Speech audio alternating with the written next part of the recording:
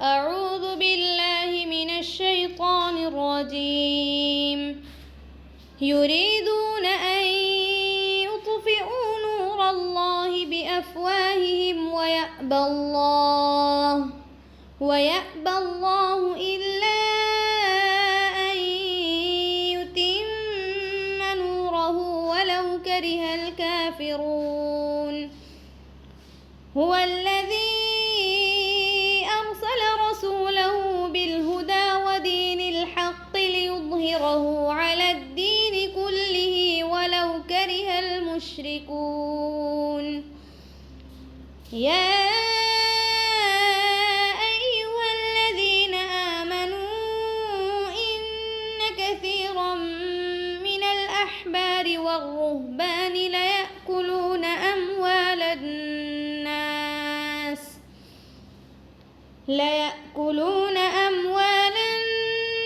بالباطل ويصدون عن سبيل الله والذين يكنزون الذهب والفضة ولا ينفقونها في سبيل الله فبشرهم بعذاب أليم يوم يحمى عليها في نار جهنم فتكوى بها جباههم وجنوبهم وظهورهم هذا ما كنزتم لأنفسكم فذوقوا ما كنتم تكنزون إن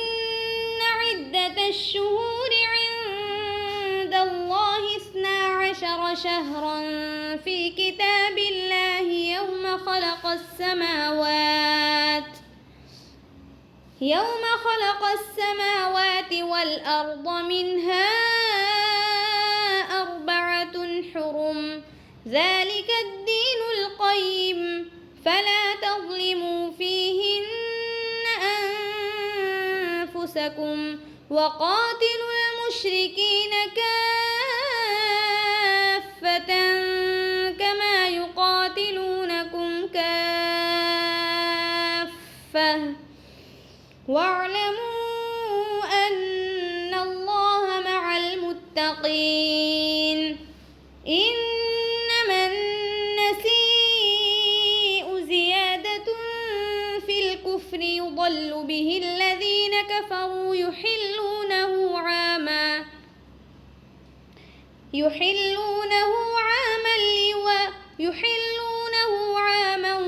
ويحرمونه عاما ليواطئوا عدة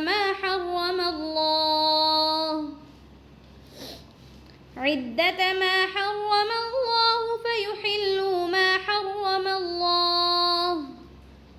زين لهم سوء أعمالهم والله لا يهدي القوم الكافرين يا أيها الذين آمنوا ما لكم إذا قيل لكم انفروا في سبيل الله اثاقلتم إلى الأرض أرضيتم بالحياة الدنيا من الآخرة فما متاع الحياة الدنيا في الآخرة إلا قليل إلا تنفروا يعذبكم عذابا أليما ويستبدل قوما غيركم ولا تضروه شيئا والله على كل شيء قدير إلا تنصروه فقد نصره الله إذ أخرجه الذين كفروا ثاني اثنين إذ هما في الغار إذ يقول لصاحبه لا تحزن إن الله معنا فأنزل الله سكينته عليه وأيده بجنود لم تروها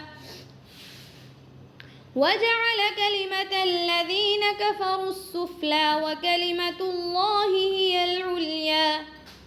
والله عزيز حكيم انفروا خفافا وثقالا وجاهدوا بأموالكم وأنفسكم في سبيل الله ذلكم خير لكم إن كنتم تعلمون لو كان عرضا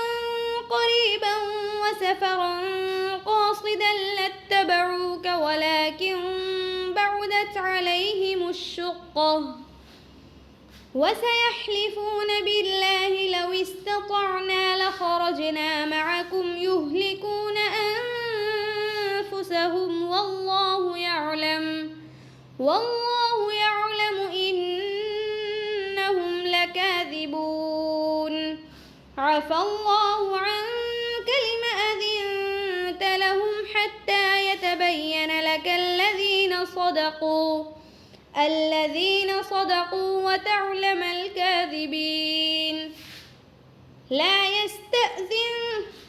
يستأذنك الذين يؤمنون بالله واليوم الآخر أن يجاهدوا بأموالهم وأنفسهم والله عليم بالمتقين إنما يستأذنك الذين لا يؤمنون بالله واليوم الآخر وارتابت قلوبهم فهم في ريبهم يترددون صدق الله العظيم.